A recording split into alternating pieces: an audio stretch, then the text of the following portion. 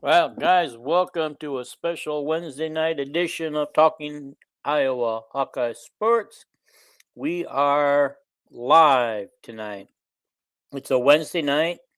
We got a lot on board. We're gonna talk about the women's games that were, and the game coming up. The two games coming up for them. The men's game last night. Got more portal news and recruiting news. We got it all. Just stay tuned with us and talk to us and leave a comment or two. And while you're at it, while you're watching, go ahead right now and hit that subscribe button.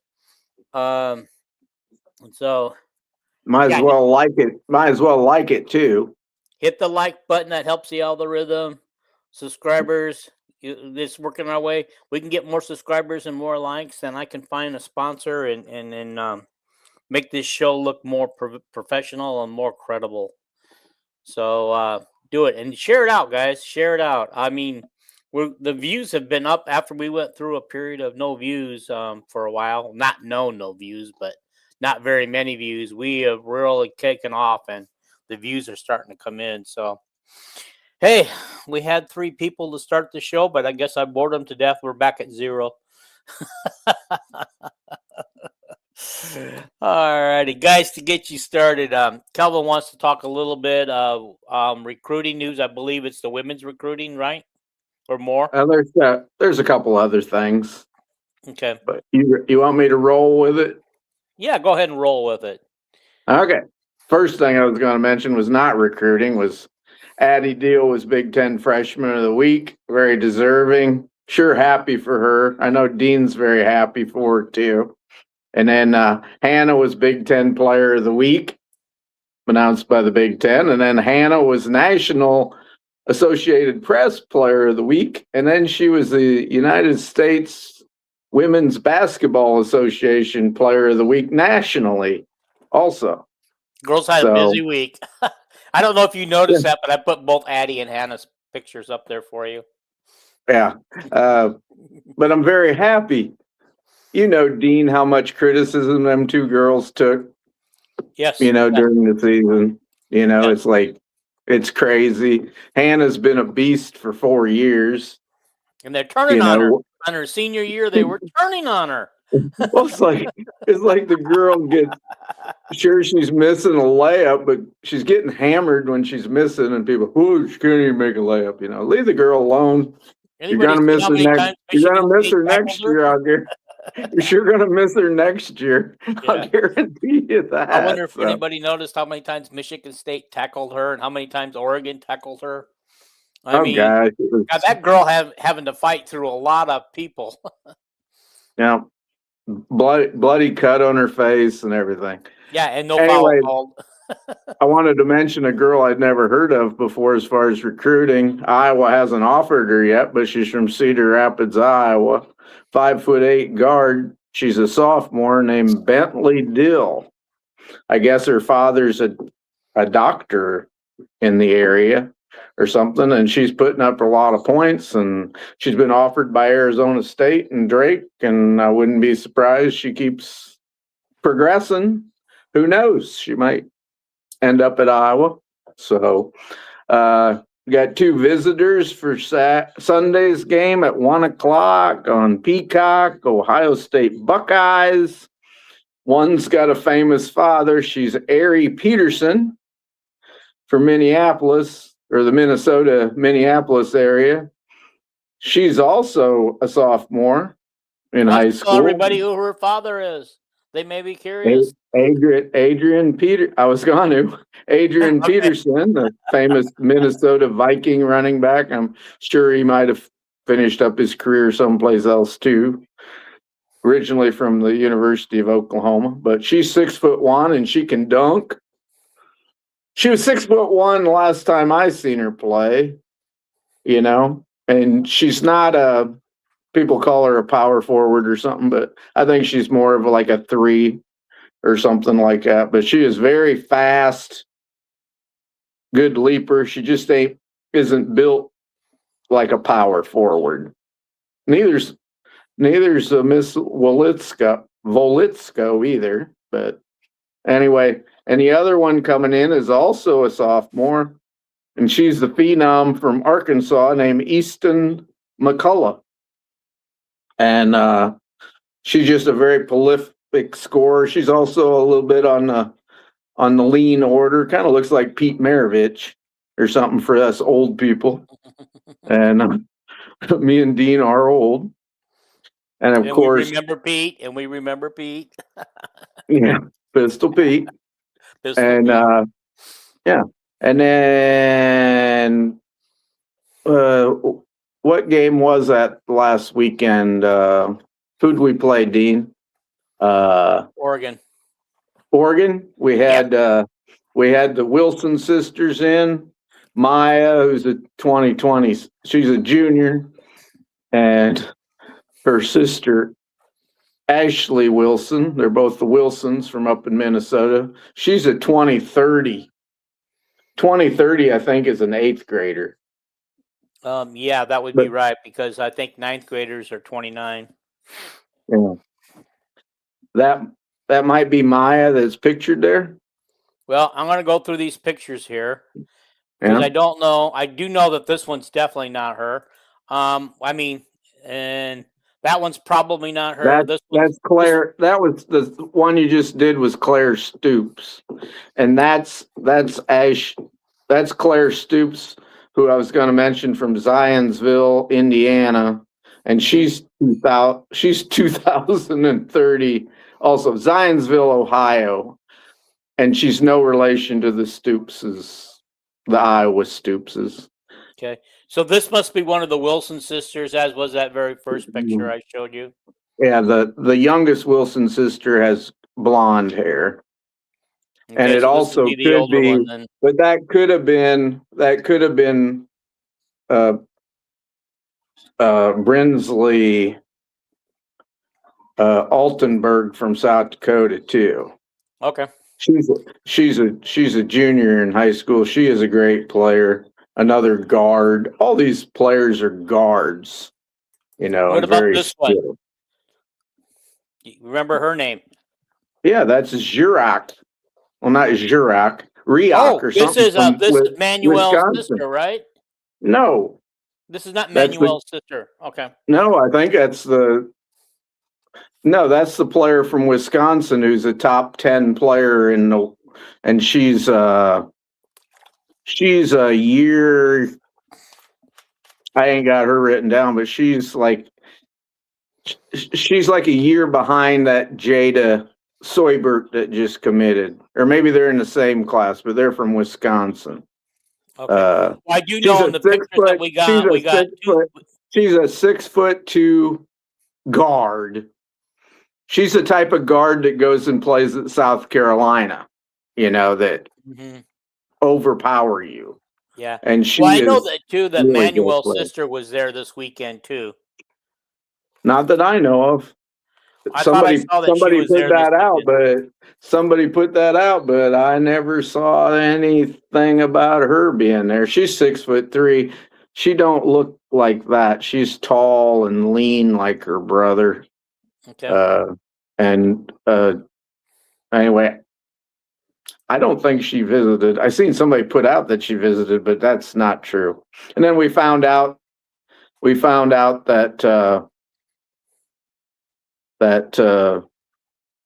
Jada, who committed from Wisconsin, who's a junior, she's a junior, and that girl you just showed a picture is a sophomore.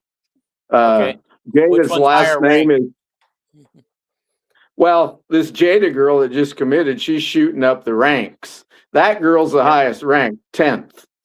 Okay. And Jada, we found out you pronounce her last name Soybert. Soybert. Soybert. Soybert. I put up a video. I put up a video of her being interviewed on your site and other sites this week. And yeah, I need to go back and watch that because I know that she talked about her decision to come join Iowa. And boy, is she a good. She's a tall guard, lefty. Boy, can she pass. Boy, can she shoot. She improved her shooting, and she has jumped up from a 70th ranked recruit. And now, the day before she committed, the rating services jumped her up into the 30s. And I won't be surprised if she doesn't jump up some more. But it doesn't matter. Doesn't change her. She's still the same player. She's got another whole year to develop. She got the rest of this year and next year to develop before she gets to Iowa City. But we need to get some more 27s in. I know we don't have a lot of room on the – that we do. I forgot we're losing 4 seniors this year. Yeah, 4 seniors and possibly 2 or 3 more current players into the portal, but I refuse to believe it. Although I wouldn't be surprised if Kenise Johnson takes a medical or something, because she doesn't seem to like her leg is ever getting better. But I'm not gonna comment on any kids leaving. I don't think so either. I want to see them all stay. I mean, because I believe in Emily, and I hope she actually stays. And Tegan, I know the rumors are out there. The rumor is running wild, and that's because her dad started a rumor with his little tweet he put up. I seen what he tweeted. Parents can be a pain in the butt, So they can be. The best I know kids and the easiest kids to coach is when the parent just turns it over to the coach and say, "Coach, you do what's best for your team. Do what's best for her." You know, you're a parent. You're not the coach. Mm-hmm. And let the coaches coach. Let the coaches talk to your kids and whatever. All I know is after the game the other night, there were 3 players out there practicing shooting over and over and over again, and it was Taylor McCabe, Tegan Mullaney, and Addie Deal. So they're out there, after the game, and they're out there practicing. So that's a good thing. One other news that I thought was interesting was Tate Sage played so good. The freshman that Ben, he said today in his news conference that, or last night, whenever it was, he said, when we got Sage, we didn't know that. We thought he could play in the Big Ten, but we thought it might be a couple years. And here he is as a true freshman playing, and the NBA is talking about him already. I kind of predicted he'll take. He's a pretty good ball handler, and he's 6'6" or 7 or whatever. He might be the guy that kind of takes Sturtz's place next year. But I thought it was interesting. He has a twin brother who's playing for Pittsburgh State down in Kansas. Okay. And Ben offered him, but he would not come play with his brother. He wanted to see how they got along, except, split them up, and the brothers didn't really want to follow each other. They wanted to see if they could make their own way. But I think it'd be cool if he came up to Iowa. But anyway, the other thing is interesting in football, high school recruiting is with all this new schedule they got and everything, and Iowa doesn't have very many scholarships for high school players next year. I think they only have 8 graduating seniors, something like that. I could look real quick, but they got more than that. And they'll probably lose Lauk and Pieper, to the pros, but they got 4, 7, 9, because Entringer dropped off. They had 10. Now they got 9. plus probably Pieper and Lauk. So that's 11. So I was moved up there, kind of a junior day event, to the last day of January. Isn't that weird? It's usually the last day of June, ain't it? Yes. Dean. Yes. So they've kind of moved that up, and they've already got like 3 commitments, right? 3 or 4 commitments. They got Cooper DeJean, and then the 2 linebackers, Stecker and Bingham. I don't think they have another one. But anyway, so it's kind of interesting. Will Slagle, who's one of the top offensive linemen in the country, he's from Grinnell. And his dad played at Iowa State and everything, and he committed to Iowa State already. But then when Campbell left, he didn't like it. So now he's kind of open. He's still interested in Iowa State, Iowa, and Penn State. And he's going to be at that junior day thing. So, and that's kind of the rundown of my news, Dean. So you take it away and lead me to redemption. As long as we opened up with a lot of women's stuff, let's just talk about the Michigan State game. And I'm going to be honest here. I don't have my notes for the Michigan State game. Do you have? How about your memory? How's it working? I am damn glad that Michigan State's probably 2 players that were the most dangerous, Van Sluten, and then that was her name Jones, that athlete. Oh my God! I'm glad they got in foul trouble early.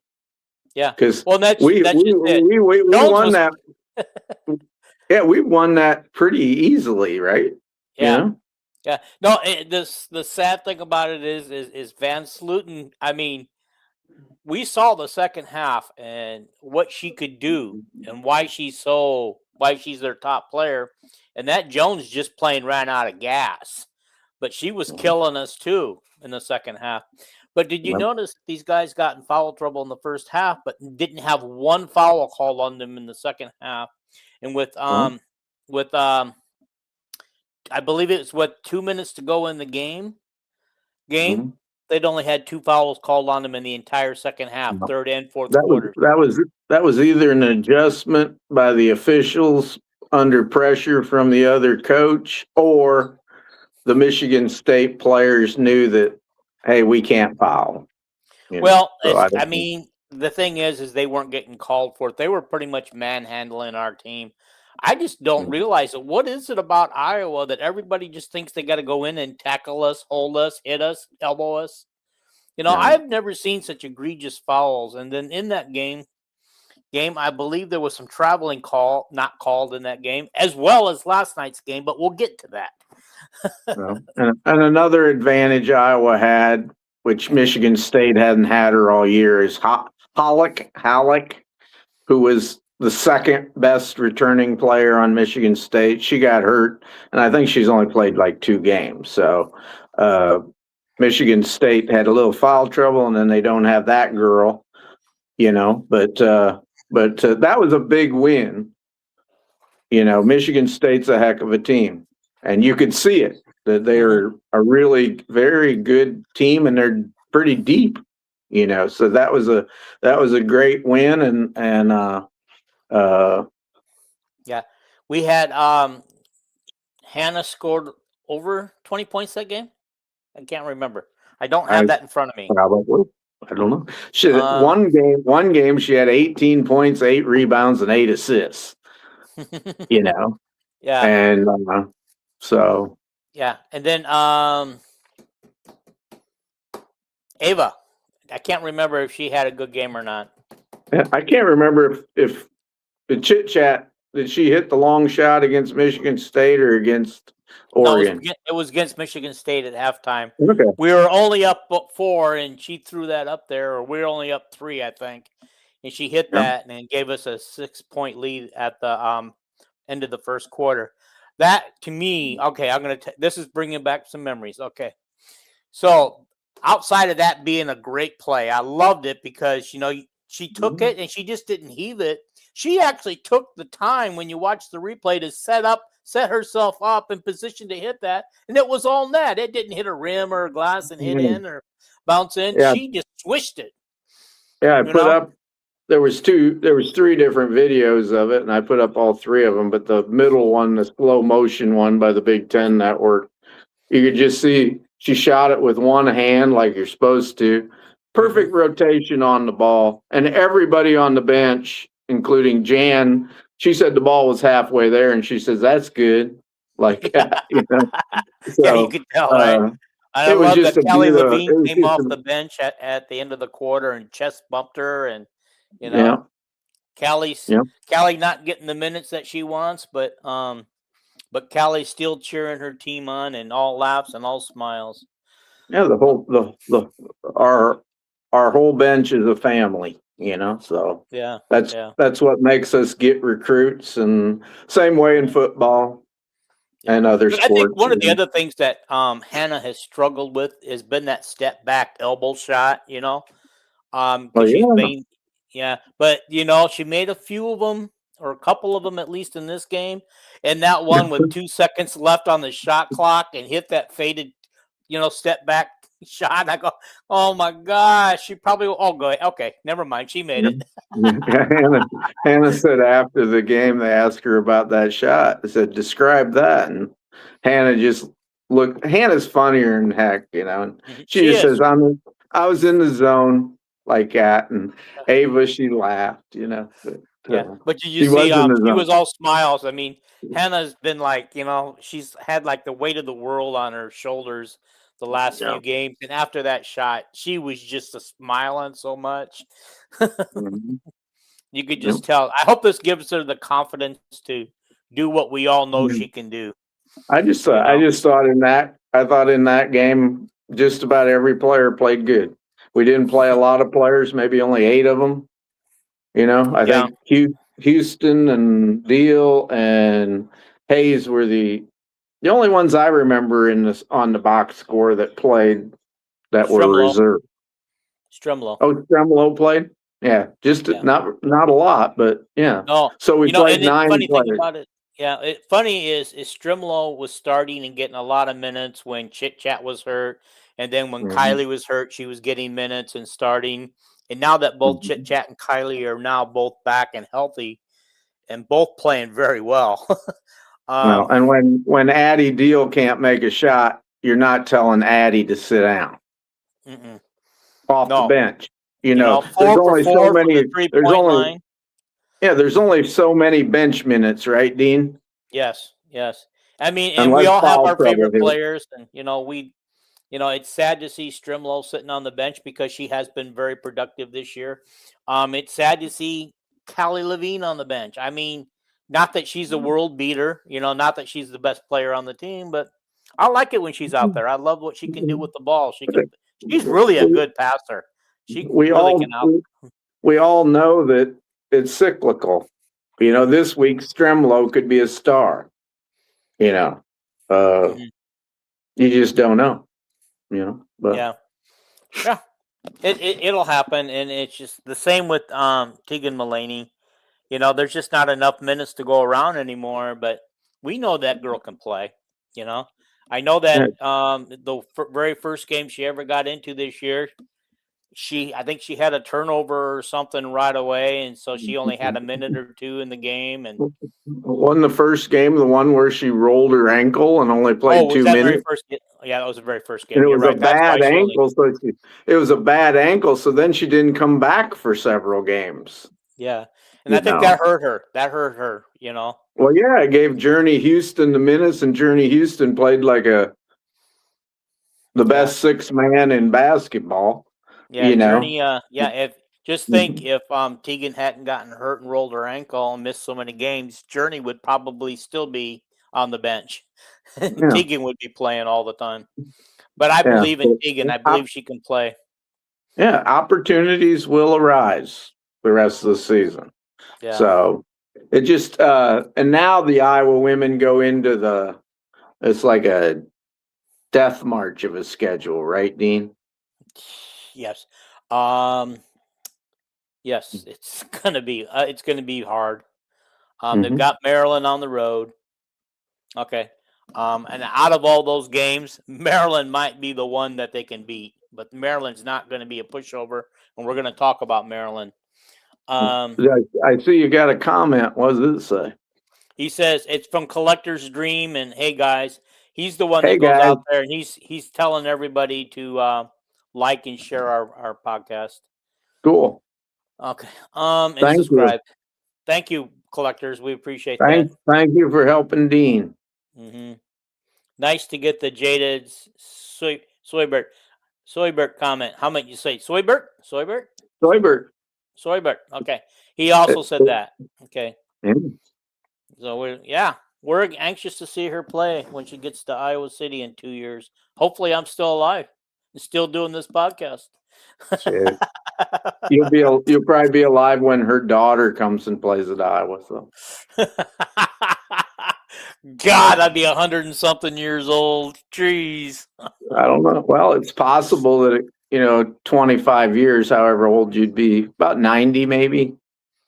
In 25 years, I would be 95. Oh, that is old. It is. Maybe our brains will work. Yeah. Maybe our brains will work better when we're 90 than they are now, Dean. Yeah. I mean, I will be 70 later this year, and I'm already dreading it because I'm officially old as far as I'm concerned. Yeah.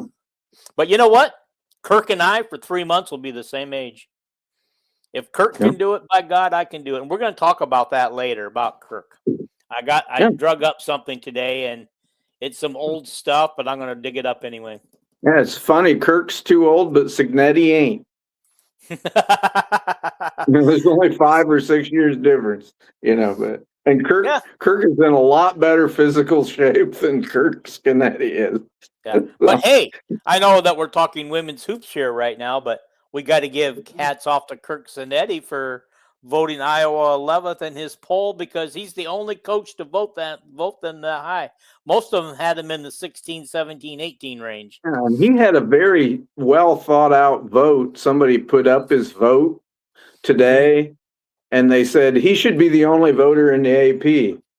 And he didn't really favor Big Ten teams. He had Michigan out of it. He didn't even have them in the top 25. So you couldn't have said he was a Big Ten homer, really. But anyway, it was pretty interesting. He had Notre Dame like 6th because I don't know why, but okay. They weren't top 12. They didn't qualify for the playoffs. They got left out of the playoffs, and then they decided to sit home in their bowl game. But I see in the I think it's ESPN's 2 early rankings for next year. They do have Notre Dame up there in the top 5, I think.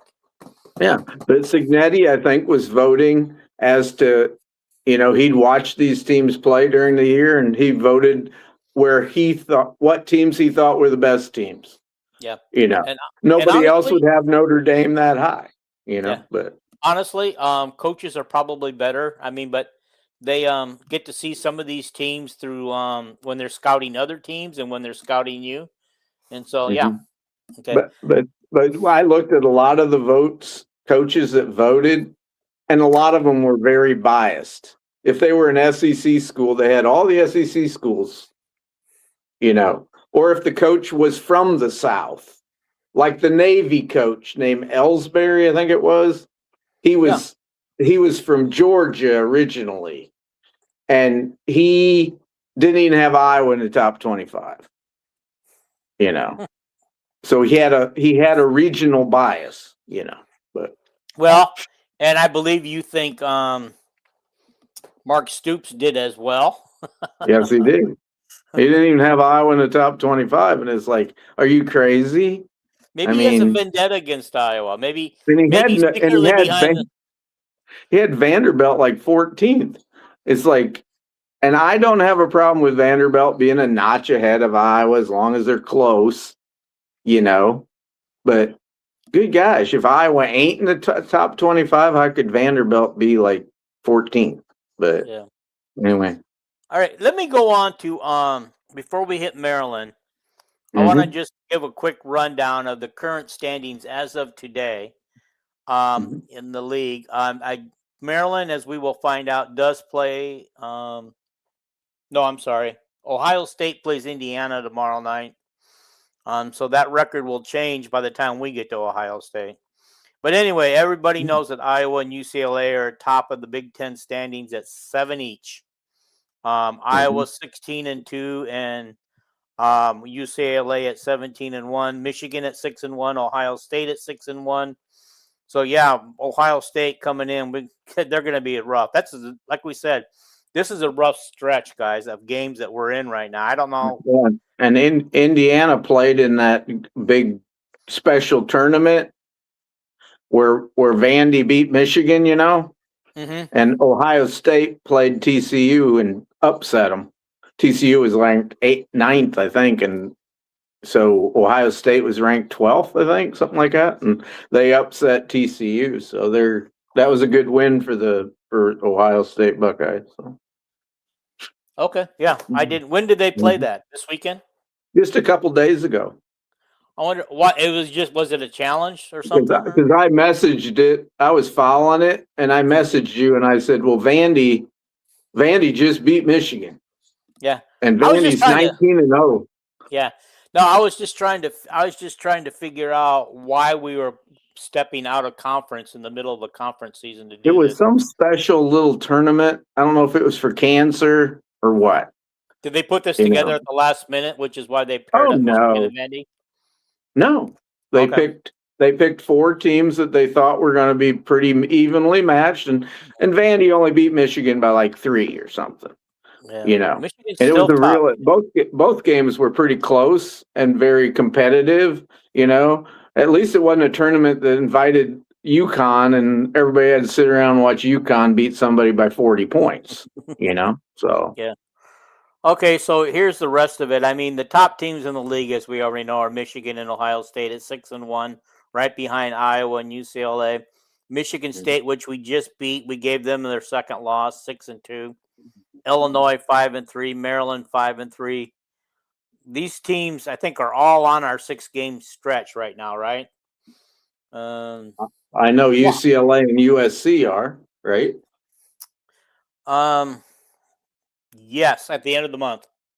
Yeah. I believe one plays on Thursday night, the 29th, and the other one plays on Sunday, February 1st. I don't remember which is which. I'm hoping the USC game is on the 1st. One thing we got to mention about the poor coach at Maryland is she is playing without 5 of her good players. 4 of them are out for the season. So do you know which ones they're missing?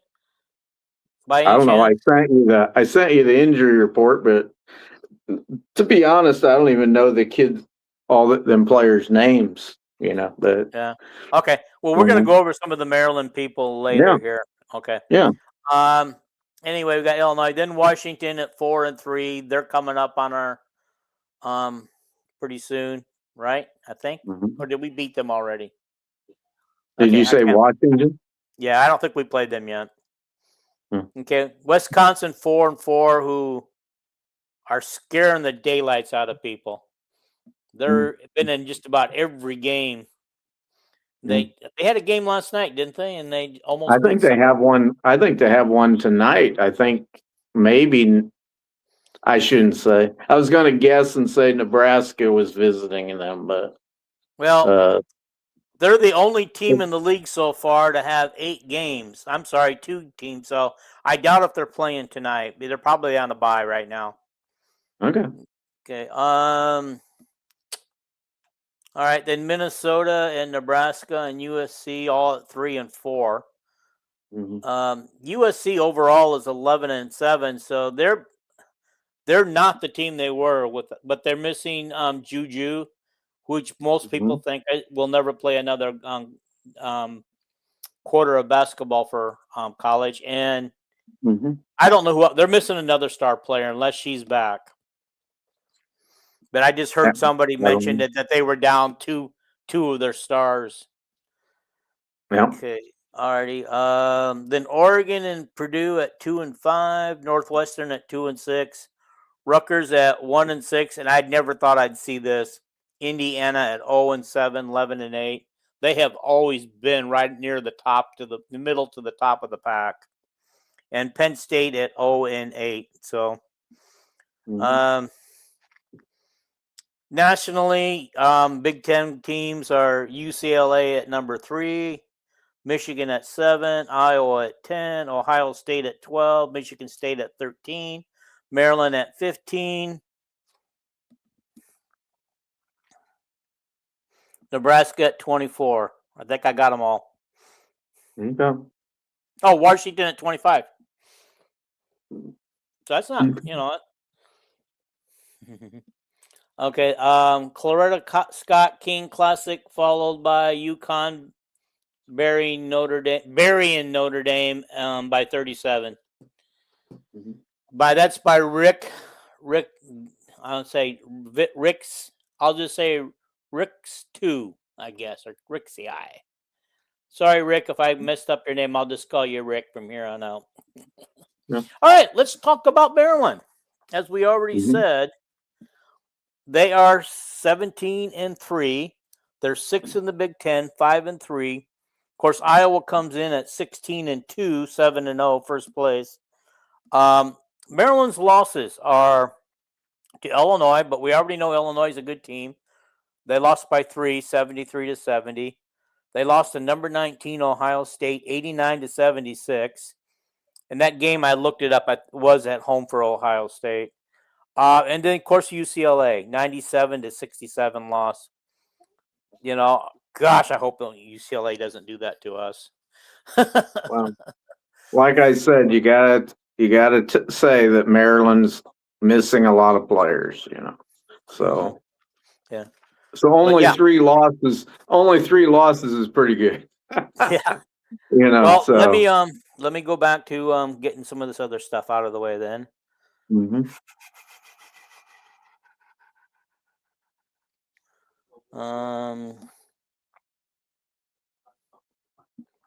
looking for the Maryland stuff. I think this is it right here.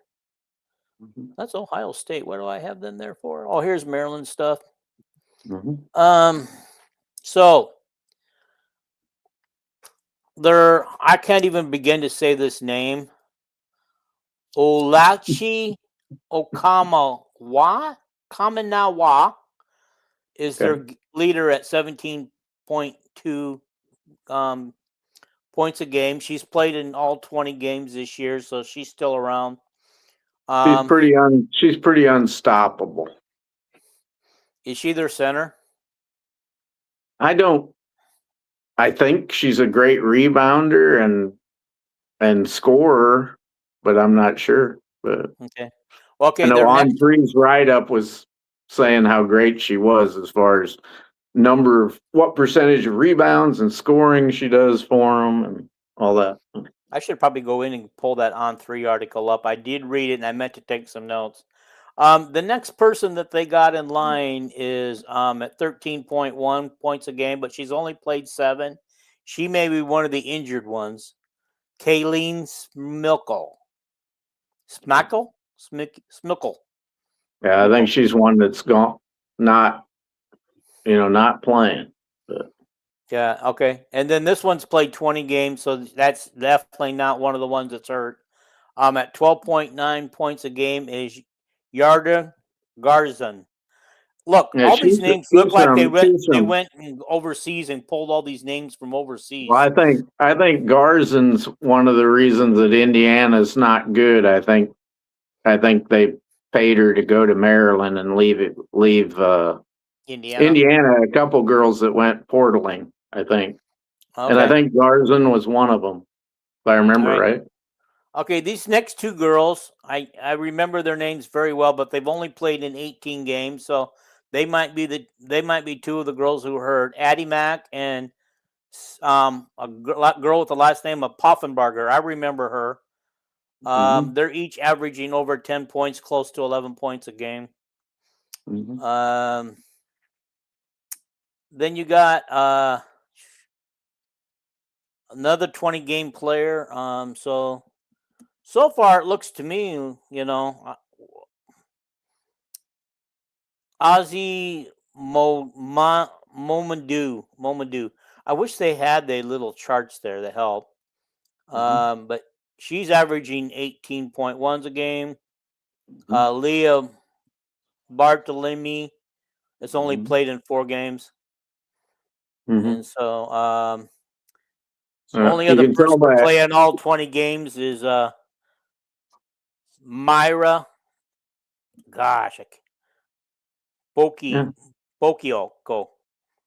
And she's averaging 4 points a game. Their top rebounder is Isamini Ozzy Manado. I tried to say that name earlier. She rebounds 6.6 a game.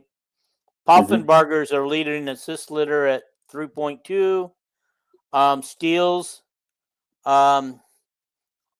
Olachi Okanawa is there. She gets 2 steals a game, and that Ozzy Mamadou has 1. Has 1 block per game. So I don't care how many players they're missing. It's going to be a really tough game because they're all talented. It's just like that Brenda Freeze. She can coach, and she coaches very aggressive. A never give up, competitive person. And I don't think it helps either that so their transfers are from Duke, Arkansas, UConn. Somebody's been to both. Parfenbarger has been to Arkansas and UConn. Yarden Garzon, as you stated, is from Indiana. McLean is from Virginia and UConn. Huh? They're picking up kids from UConn. I pulled that name coming from Indiana out of my rear end. I'll tell you that. So I was pretty sure about it, but I wasn't sure. So anyway, sometimes the old brain works. All right. Well, here's Maryland's official stats for the year. Points per game is 85.7. Points allowed per game, 56.7. I reckon you know where that ranks in the Big Ten. That's got to be number 1. 29 point differential. Yeah, tell me about it. Okay. They got an offensive rating of 115.3, defensive rating of 76.3. Their most notable win is Delaware State because they set a school record for fewest points allowed at 21 points.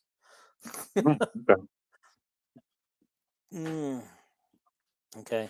And so it just goes on and gives us top people again. So I'm just trying to see if there's anything else I need to bring up. No. I also have the Ohio State roster here in front of me if we want to talk about them. Good. Well, we know their main player is Cambridge. Jelani Cambridge, the great point guard who is National High School Player of the Year, and now she's a sophomore. So, yep, and she good. Yeah, where's her point? There's two Cambridges on there, but she's the good one. She's the listed number 1. Plays 30 minutes a game. She averages 21 points a game. She has 44 steals on the season, 7 block shots, 60 turnovers though, 86 assists. She's been disqualified twice, which I guess that means on fouls. She averages 5.5 rebounds a game. She has 0.83% or 83% on free throws, which is really good. Her 3-point shooting, she's not the best at, 18 for 71 for 25%. Yeah. Her field goal percentage is 30%. No, 50%. I'm sorry. 50%. Yeah. And so, yeah, I would say that. And she's like Bennett Sturts when Ohio State, when the time clock's running down, she's the one that's going to throw up a shot where she's guarded, and it might be a 3-pointer, and that affects your shooting percentage when when because she is the player on Ohio State. Oh yeah, just there's like no doubt about it. Her yeah, sister averages 8 points a game. yeah. Has 78 steals. Mhm. Averages 4.4 rebounds a game. Her Mhm. free throw shooting is not quite as good as her sister's, 60%. Okay. But yeah, and so Chance Gray is and Kylie Kitts are the other two good ones on their team. And they're averaging 13 points a game and 9 points a game. They must not Yep. be averaging a whole lot of points. Oh, they got a lot of balance going down the hill, though. 9 points, 8 points, 8 points, 6 points, 5 points, 4 points, 4 points. And And so, but anyway, as you know, Dean, they win a lot of games with their press, yes, turning you over and everything. And so I think you just don't want to just look at the offensive side because kind of like Ben McCollum wins a lot of games defensively, and yes, and so does the coach at Ohio State. Even if he doesn't have the best players, they got a system. So yeah. You got to stick with the system to help because I don't know these girls aren't going to have. Maryland presses a lot too, by the way, as does yep. Ohio State. We're both pressing teams. That's how they win their games. They turn over, and Iowa's very prone to turnovers, as we know. Yeah. And I don't know. I don't if know if I'm a they'd coach, be. I'm pressing them all the time. They'd probably be. When you say Dean, well, Oregon's good, but probably the two teams most noted for their press every year. Driving you nuts. Yeah, So yeah, yep. I agree. Which is yeah, why we don't get a lot of victories over them. yeah. Okay, so here they are. They're scoring 85 points a game and giving Mm-hmm. up 63 a game. Let's go and see turnovers per game. They're forcing 23 turnovers a game. Holy cow! Everybody, and only giving up 13 on their own. Their turnover That'll margin is plus 9.4. that'll win some 9.4. ball. That'll win some ball games, won't it, Dean? Mm-hmm. Yep. Says two of my three favorite Hawkeyes, the Dina Mean and the Killer Kelvin. Thank you, Terry. Glad to see you are doing better after the surgery.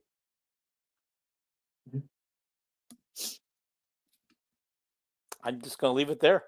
I haven't had surgery recently. I remember when I went in for my cancer surgery, and it was really the only surgery I ever got. And the doctor says, "Any past surgeries?" And I go, "Well, to be completely truthful, yes." And he goes, "What was it?" I said, "I think they cut my navel cord." Did he laugh? Yes, he did. But I think technically it'd be a surgery, right? Yeah. Hey, Terry, it would be a memory on Facebook because I've had two complete knee surgeries replacements, and last one was this past April. So it's probably came up as a memory. Yeah, I had like 4 different surgeries after my cancer surgery, so they're starting to build up. So welcome to the show tonight, Terry. All righty. yeah, hit that like button. I was just going to say Ohio State is averaging 4.8 blocks a game, and their opponents are only getting 3 blocks a game, but probably because they're turning the ball over so much, they don't have time. They don't have enough possessions to get there. Okay, 3-point attempts per game, completion 7.5, and they give up 3.1 or 6.1. I mean, free throws. They're 76% free throw shooting team. Opponents are 69%. So They're a real good free throw shooting team then. Yeah, I mean that's pretty. I would wish Iowa would get theirs that high. Yeah, Their lack of free throw shooting is going to kill them pretty soon. any team that's as a whole team is over 75%. It's a real good shooting. Yeah, and I've said that before. If you can get to 75, then you feel comfortable. Yeah. Okay. Let's see. What do you think our odds are against these two teams?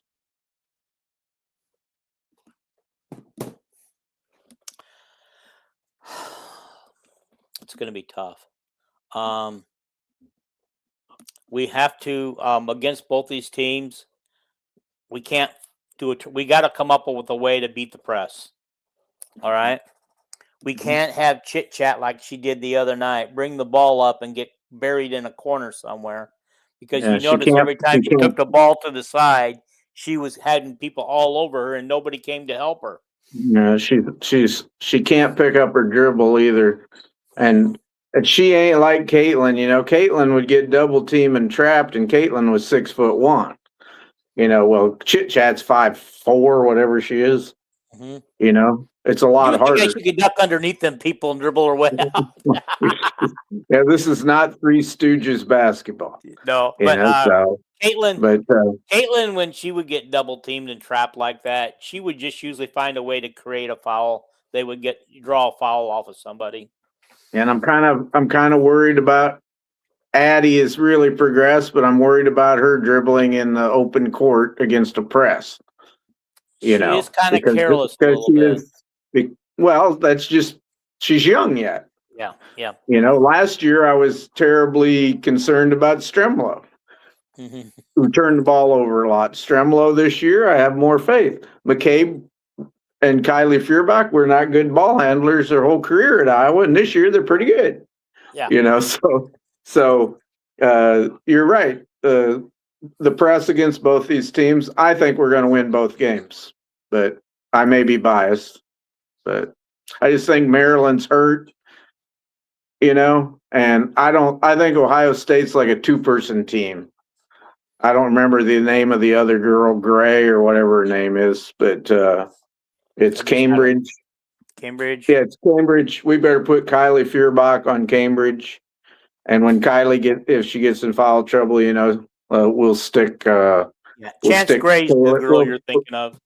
There you Chance go. Gray. And I thought it was Gray or something. And if Kylie gets in a little foul trouble, we better switch. McCabe's a pretty good defensive player this year, And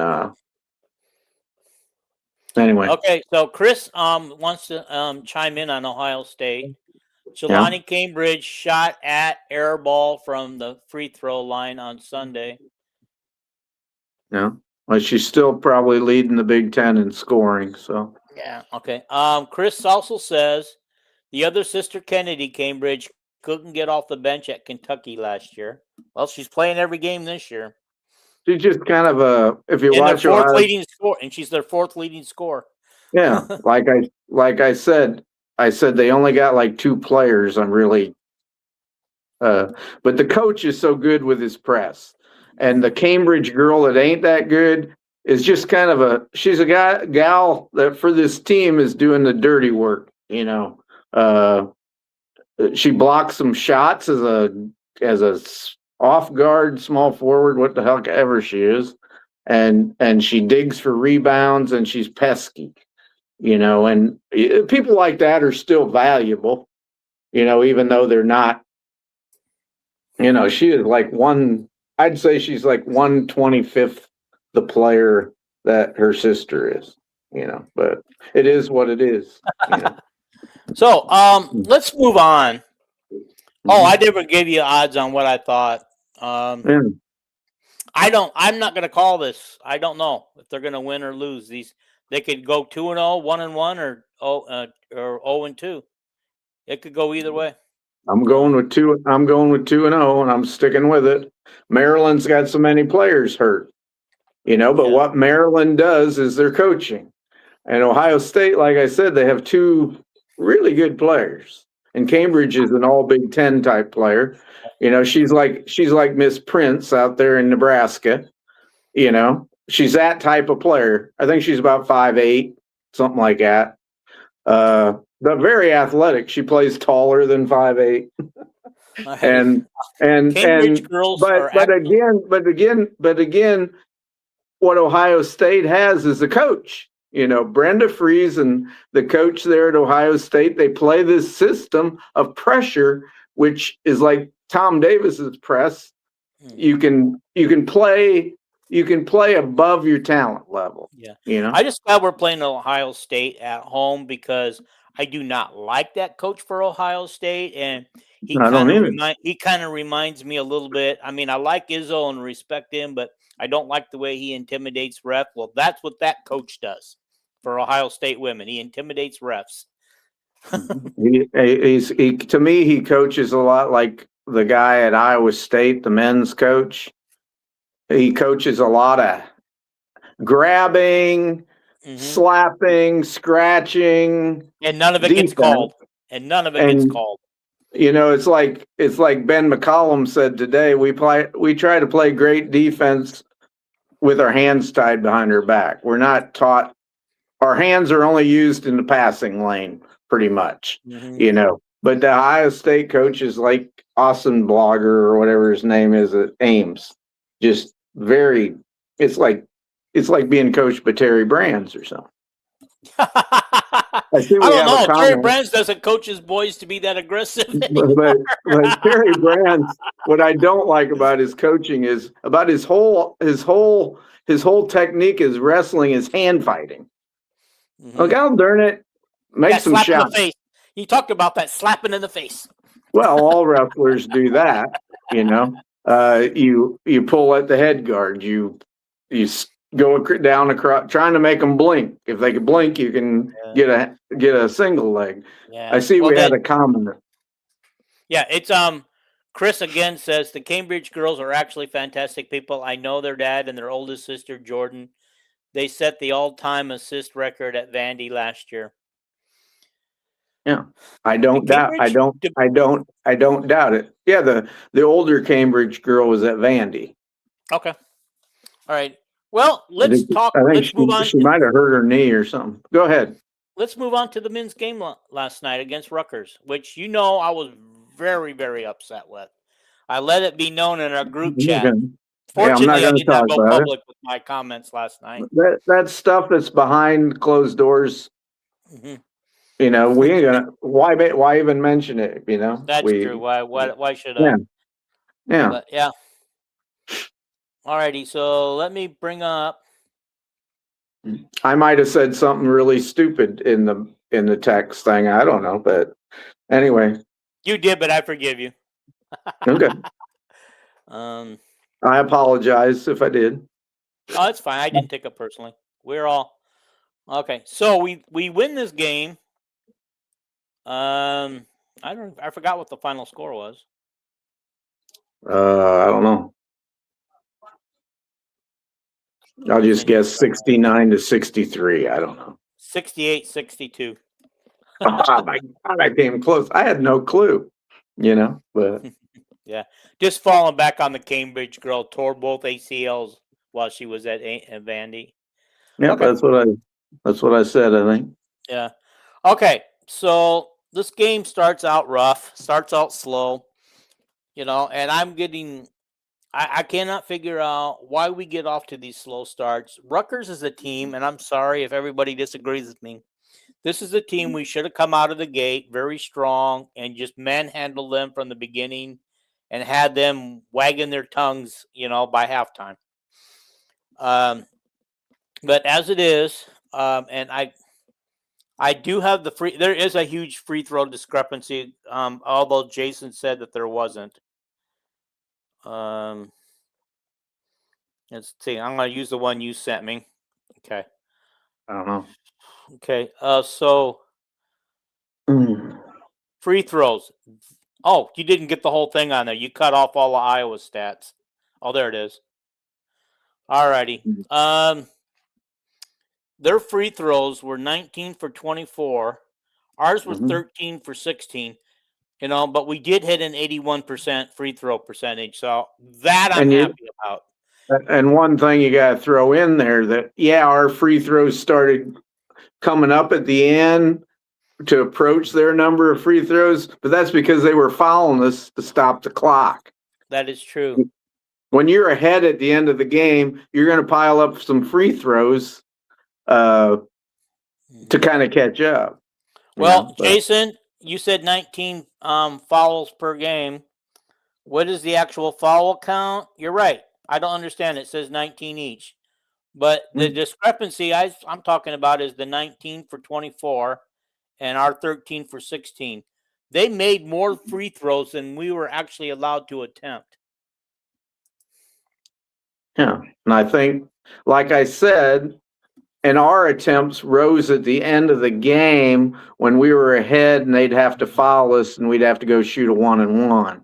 Yeah. You know, and then they had to foul us several times at the end to get into the 1-and-1. Yeah. Jason, Jason, I sent you the link. Get on here and you can explain about the style of play, why the foul differential is going on. Now, get in here. Rutgers, pretty much their whole thing is attacking the rim with their athletes. If you notice, Rutgers doesn't have a bunch of skilled shooters, but they got a bunch of athletes. They got that number 21. What a beast! I don't know. They had the center that looked like Akeem Olajuwon. I think that's number 21. I don't know. I thought he was number 0 or something, but I don't know. Yeah. I don't remember. But that's Rutgers. They attack the rim, but Iowa attacks the rim on most possessions. You know, we either attack the rim or throw it on out for a 3-pointer. You know, but yeah. Okay. But Rick just wants to go on. He says, "I apologize." He goes, "The games you watched with Michigan and Ohio State in them was the Coretta Scott King Classic, followed by UConn beating Notre Dame by 37. Okay, thank you. I understood what he was saying. Yeah. So, well, you were paying more attention. I wasn't paying attention like I should have been. Yeah. Okay. So anyway, this guy is number 21. I mean, I swear to God, he was never getting a foul called on him. Yet he was in there pulling the ball away from us. You know, I mean, how do you get that many guys, including him, around our guys trying to rebound or shoot a shot around the rim and not get a foul called on you? You know, somebody talk to me about that. That's the coach at Rutgers coaches that type of defense, you know, hands on you, you know, that's just the way. His name's Steve. I can't think of his last name, but that's the way that coach coaches, you know, and his teams have to play like that because this year they don't have a lot of offensive firepower. You know, last year they had the 2 freshmen who were going to go in the top 5 of the NBA draft. This year he don't have them, but okay. Well, anyway, this number 21 is Emmanuel Ogubele. That's the guy. He's the one that looked like Akeem Olajuwon. Yeah, he had 8 total points, 2 for 4 for free throws, but 3 for 3 from field goal. What? He dunks a lot. How many blocks did he have? Is it on your thing there or not? It should be. I'll get it. Yeah. He's credited with 2 blocks. Okay. I know there was one, and I think it was Tavian Banks or somebody went driving. They had a wide open, you thought a layup, and here come this guy soaring in like an eagle. Yeah. He only had 2 fouls on him during the game, though, and 10 rebounds. 10 rebounds, 2 fouls on him. He created 2 turnovers, though. I mean, he had 2 turnovers and 1 assist. But, yeah, that guy was just like, and you know how much of a man he looked like? I swear to God that some of these schools are recruiting 30-year-old people to play for them. It seems like everybody we play. We got a team full of young-looking men. Men all look young. They look like their ages, 20 to 22, 23. We play against teams lately that these guys look like they're 30 years old and men, and they got all this thick beard and everything. All I know is I hope if he's got eligibility left, we pay him to come to play for Iowa. So. He'd fit right in Ben's system, you know. But anyhow, look at this. 2 of the starters didn't even score last night. For us or them? Them. Somebody else got 8. The leading scorer last night was Buchanan Jr. So it looks like he's their top player, right? At 17 points, and then Tarkeek Francis, he was also a good player for them last night, 15 points. Nobody else really did much, so this was a low scoring game, and they pretty much it was pretty much, I don't know, back and forth affair, really. They get up, we get up, they get up, we get up. I think the largest lead we had was 8. And then next thing we know, we're looking up at them for down 5 after we had 8-point lead. I know Ben said in his news conference, he says sometimes you have an off night and you got a battle to win. And he said that's what we did. Yeah, they found a way to win. They found a way to win. Wasn't our best game. He said we lost concentration at times. He said things we worked on the scouting report, and then we come in here and we forget it. Got to focus and concentrate a little better. So, well, here's something. Isaiah Howard, you know how much I like him, but I was kind of mad at him last night, saying we should just bench him. But it turns out that he was a plus 22 while he was in the game. Everybody else doesn't even come close to that. He only had 6 total points and 3 fouls, but he had 8 total rebounds. He was 2 for 2 at the free throw line, 2 for 4 shooting. Had 1 block shot, 2 steals. He did have 1 turnover and he had 1 assist. So not bad stat line. And he played 23 minutes. But I saw on Corey's show last night, people were demanding that he not be playing anymore. That he needs to reduce his minutes. They say a lot. By the way, Corey wasn't on the show. He had his buddy run the show for him last night, and they ran it short. It's like you listen to shows like that and people just say the damnedest things, so Mr. Howard's a hell of a defensive player. That helps you in the plus minus area. It's half as important as the offensive stats. There's two parts of basketball. There's the defensive court and there's the offensive court. It's like 3-on-3 women. Well, Jason has another comment. I wish Jason would just get on here. He has the link to get on here live. Okay, the last 5 minutes of the game, both teams had 5 fouls. The difference in the free throws was because of the shooting fouls. Hence, Sturts fouled after committing a turnover, foul to stop a fast break. Yeah, I get that. I mean, that was great. I think his last name was Mark or something. Somebody named Mark. He he practically runs over this Mark kid. And then he turns around and Mark runs him over. Yeah, he drew the charge. It's like it. He goes, "Yeah, take that." He looks at the ref. That's. Then he pointed at the referee like, "Yeah, you called him both ways." So he did. He was fair. But I made the comment. I remember in our little chat there, that somebody in the chat was running Sturts down. I won't say who it was. And I said, you watch, Sturts will be the guy that wins the game for you at the end. Yeah. And Sturts was the guy that won you the game for you at the end, Well, and the thing is my comment, and it was me that he's talking about. I just thought we should bench Sturts for a while. And here's my theory, and Jason kind of backed it, not 100%. But here's my theory was because I can't remember which game it was when he was in foul trouble and we made our big comeback. I think it was Purdue. We made our big comeback with him on the bench because these guys had to guard us differently. Instead of double teaming and triple teaming Sturts every time, they were guarding us normal and we were able to get some work done. But when Sturts comes back in the game, all of a sudden, people are surrounding him. Well, I just thought maybe we could build this lead, get this lead and build it bigger with Sturts on the bench because these guys would have to guard it straight up instead of the style that they were because they were guarding Sturts to force everybody else to beat us and not Sturts, who turned around and had 21 points last night, I believe. I don't know, but I just know I wouldn't, as a coach, unless a guy's playing pitiful or he's really tired or something.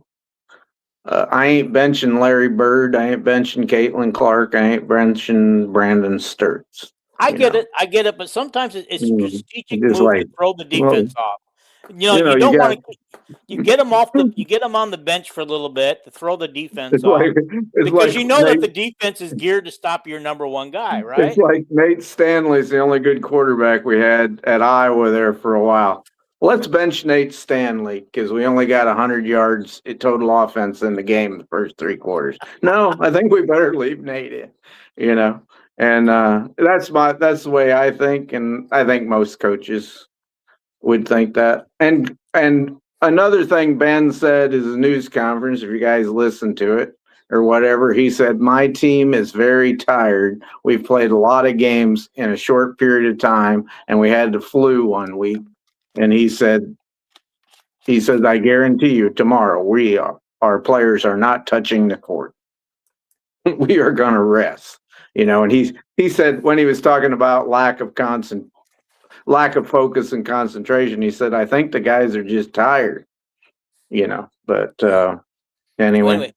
Rick brings up, he goes, I know I haven't seen this, but maybe you haven't. Have you seen any film on Afrin Diane from Iowa United Prep in Des Moines?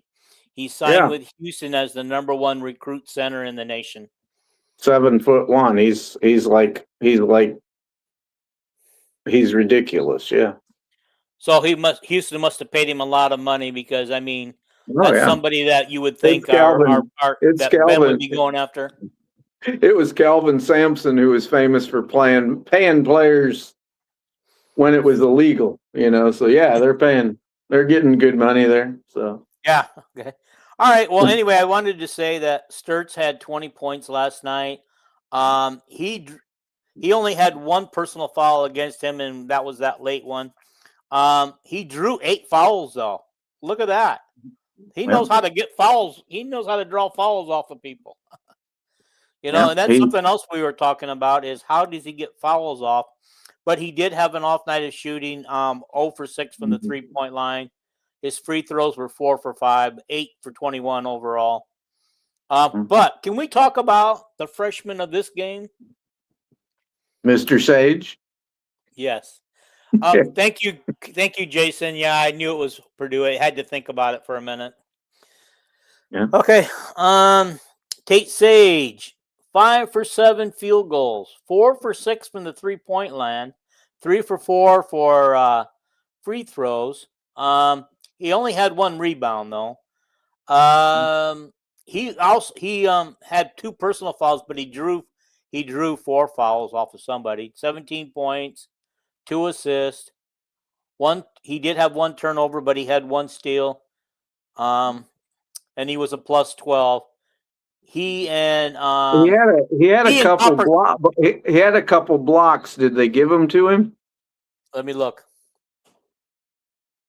No, he did not. They did not give him the blocks. Yeah, there was twice where a player drove past the free throw line and came up with a shot, and he got a hand on the ball, and the ball came up short, which I call that a block. And the announcer said, "Oh, that was blocked by Sage." But I wondered if the official scorer even seen it and gave it to him or not. But anyway. Sometimes you wonder if he's one heck of a player. So. Yeah. Our boys right now are 14-5 with 8 days off, and USC is their next game at home. Mm-hmm. You mentioned Nate, and that everybody knows Jason loves Nate, and so he put up Big Nate with 4 hearts for him. Yeah, you don't bench Nate Stanley. You don't bench Brendan Surt. So I'm going to say Nate Stanley had a great 3 years at quarterback. Nate Stanley was 3 years at quarterback for Iowa, did a very good job, and broke a lot of records. He threw a lot of passes, and he was Very, very, very, very, very, very good quarterback. What was I going to say? I seen this was before the Rutgers game that the next 11 games that the Iowa men play, these odds people have Iowa favored in all of them except one. And that's a home game against Purdue, and Purdue's a 1-point favorite. Is that like surprising to you, Dean? Well, I do know, listening to Can we Chad's, win 11 games in a row? I mean, I don't think we will, but well, then the odds wouldn't be good, I wouldn't think. Chad Lysicle said on the podcast I listened to this morning, it's like a day or two old. He said that Iowa was favored in their next 6 games, according to Ken Palm. Okay, so USC on the 28th at home. I believe we can get that one. Then we travel to Oregon. I believe we can get that one. We travel to Washington. I believe we can get that one. We come home, get Northwestern. We can get that one. We're at Maryland after that. Maryland's bad. Maryland's bad. Okay, so we should be able to get that one. Then we face Purdue at home. Okay, and That's then we the one. face. We're a 1-point underdog. That was before we played Rutgers. Now, since we played Rutgers, we've actually fallen in the Ken Palm and net rankings because we were supposed to beat Rutgers by more than that. Okay, so anyway, that Rutgers must be the part of that 6-game stretch. The next 5 games, then it's Purdue at home, followed by Nebraska at home. You know, the question is will Nebraska be undefeated when they come to Iowa City? Because wouldn't it be fun to put take that goose egg off of that thing? Yeah, I can't believe Nebraska's as good as they are. You know, I think a lot of people are shocked. When you said we're going to play Nebraska twice this year, and I go, I think we're going to beat them twice, but I don't know now. But I don't because they're surprising me. You know, don't they play at Wisconsin? Like, yes, it's coming up. Okay, so after those next 5 games, which we could be 5-0 during that stretch, and we have Purdue and Nebraska, at Wisconsin, at Ohio State. Okay, so that part, I would say there's a rough 4-game stretch right there. And then we finish up with Penn State and then Michigan and Nebraska to finish the season. So those actually, I would say 7 out of the last 8 games are almost unwinnable, in my opinion. I mean, we could win them. Ohio State isn't unwinnable. You know, they're just a mediocre team. But 2 weeks ago we thought Wisconsin was a bad team, and now they've won like 5 out of 6 or whatever. Wisconsin men have always had a decent team. Yeah. Sometimes they fool you and they look average, but they're not. Yeah, that night we were on here and we said we're gonna predict our Big Ten standings, and I had Iowa men and women 4th. I'm looking at it right now. And I put Wisconsin up in 7th in the men. And I said, I know their record's crappy right now, but I think Greg Gard every year in the Big Ten turns things around. And boy, did he, so. Yeah, he does. He does. It's just, he knows what he's doing. I thought at first he was just a product of the previous coach, benefiting from that. But he's had enough time and enough years now that he's way away from the previous coach's regime, and so he's still doing the things, and he's actually got them. Remember how it was boring to watch Wisconsin play because they'd slow you way down and stuff, and now Gard doesn't do that anymore. Now they run. They get out and run and score points. Yeah. Did you want to are we done with basketball then, or? Yeah, I just wanted to say that after I went realistically, and I put this on both group chats, that one with you and then the other one with the other guys. I thought realistically when I went through game by game, I've got Iowa going 10-10, and that would be a 20-11 season. So that's where I got him to finish the season. I don't know where 10-10 puts us in the standings, but I think I for think now I'm going to hold that. But Jason said he came on. He has him at 23-8 overall. I think he has him at 12-8. I think he has him at 12-8 or well, I had it. 13 or 13-7. I think it's 13-7. Yeah, I the had Big them Ten. fourth in the Big Ten, which means they'd probably lose about 6 or 7 games. When they had the flu week where they went 0-2, that ruined my expectations of fourth in the Big Ten. But we'll see. You know, Okay. I got faith in Ben. All righty. So we won't do any previews on the USC game because that's 8 days away, and the guys aren't even going to practice for a couple of days. They need the rest. And the coach said he's taking his wife for a walk tomorrow. Taking the wife for a walk? Yeah. He said he wants to just get outside and enjoy the fresh air and not think about basketball. Hope he don't use a leash. You're funny. Okay. Well, I thought it was funny. You know, taking a wife for a walk. It's like, what does that mean? You know, going for a walk with the wife. We're going to talk a little portal news. Yes.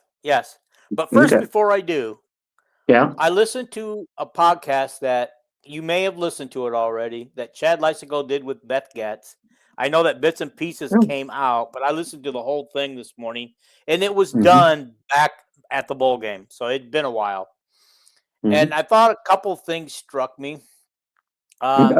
He asked her about.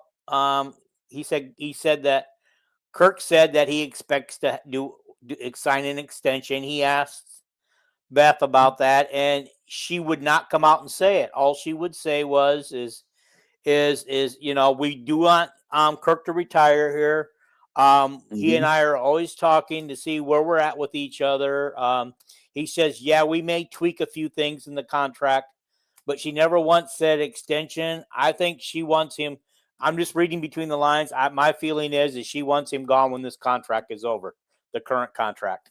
Well, I think he probably will be, but she also, when he said, well, contract extension is probably going to have to be made, and she said, yeah, it's like that, but we're not going to go there yet. We're going to talk to Kurt and keep updated on this. And obviously, if he stays another year and goes into another year after that, you got to have a public extension, or recruiting is going to fall way off because I agree with that because recruits are going to. It's just for public consumption. It's not that. It's something you have to do for recruiting purposes, you know. And I actually agree with that because you are going to chase recruits away, and you're going to end up your career like Hayden Fry did on a down note because people will start using that against you if you don't have that contract extension. Yeah, as well as your age. Yeah, I think Beth wants to keep Kirk around as long as he's of sound mind, which he obviously is, and the thing is the model that they're running there at Iowa now that they finally have some profit revenue sharing to spend and spending it wisely. They're going to win they've been running at a very high level, averaging 9 wins a season for 11 years, but they're going to tick it up a little higher when everybody else said, oh, when we add these teams from the Pac-10, Iowa's going to go down. Well, I don't think so, you know. I really don't, Dean. I mean, I think our roster looks better with this portal than it ever did with we used to every year, and I would show to Jason all the time because he didn't keep track of walk-ons like I did. And I'd say, look, Jason, in the 2 deep, we have 13 walk-ons. What? And then I'd name them, well, that ain't going to happen anymore because we just got 4 safeties in the portal and the walk-ons ain't playing safety anymore, so. Jason, you're welcome to come on and defend yourself on this if you want to. Defend him on what? I don't know. I just wanted him to come on. No, Jason, he you're didn't. part of He this didn't show. know. Where are you? Come on. I would point out to him who came to Iowa's walk-ons, Yeah. and nobody who follows that other than me, Dean. Nobody. Yeah. No, No. I actually started try to calling us. follow it. I started calling us walk on you, and when I started saying that, people would say, "What does that mean?" And I go, "We use the walk on program more than any other school, major college team in the country, because we had to, So We use it to our advantage the best we can. Mhm. Here's a couple other things that she mentioned. One, they hope to announce by this time next year, or at least in December when the bowl game took place, the renovation of Carver Hawkeye. Something about getting suites built into the arena, luxury suites.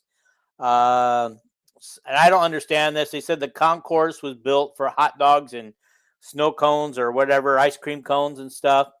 I don't know what that means. If that means they're going to try to take them out, or they're not going to try to add anything to the concourse. They'll probably add things up there on the concourse that are more revenue producing. And Yeah. I don't know what that means. I don't know if that means an NIL store. I don't know. I have no idea. Well, I'm going to tell you right now. I've Yeah. been to Carver Hawkeye many times, and there's very few food vendors in that place. Yeah. There's long lines because they're not spread all over the arena. They're just a couple. Like there's one place to get Carver cones. One place. I think she said she's in the middle of raising the money for this and the planning. And did you say 45 to 50, 60 million? Something like that, yeah. Yeah. So. And the other thing I wanted to bring up too that she talked about is when, again, this remind you, this was back in December at the bowl game. Okay. Mm-hmm. So this is before everybody had their meltdown over the loss to Penn State. And I think did we lose to somebody else during that stretch too? Anyway, doesn't matter. Well, we got like destroyed by, was it Ohio State or Nebraska? Yeah, Ohio State back in the duels, and we still have to wrestle that. And it's not part of the Big Ten duels at that time. It's just a regular duel. But now it's going to be, we're going to wrestle them again. We got Nebraska coming up this week, Ohio State coming up after that, and I believe Oklahoma State or something. Yeah, I understand that wrestling is like this weird thing at Iowa, where this is like this society in the background kind of runs wrestling. All the money, it isn't come from the swarm, it comes from these guys that, and I think in the past they've been big supporters of Brands, but I will tell you what the biggest problem. I would think that Brands is what his strategy now just ain't working. No. It's not everybody fell in love with was the attacking style. We would attack first. We would make them react. Now we're kind of reacting, and then we're just kind of getting ourselves into a position to be called for stalls because, it's like, okay, I got up 2-0 or I got to take down 3-0.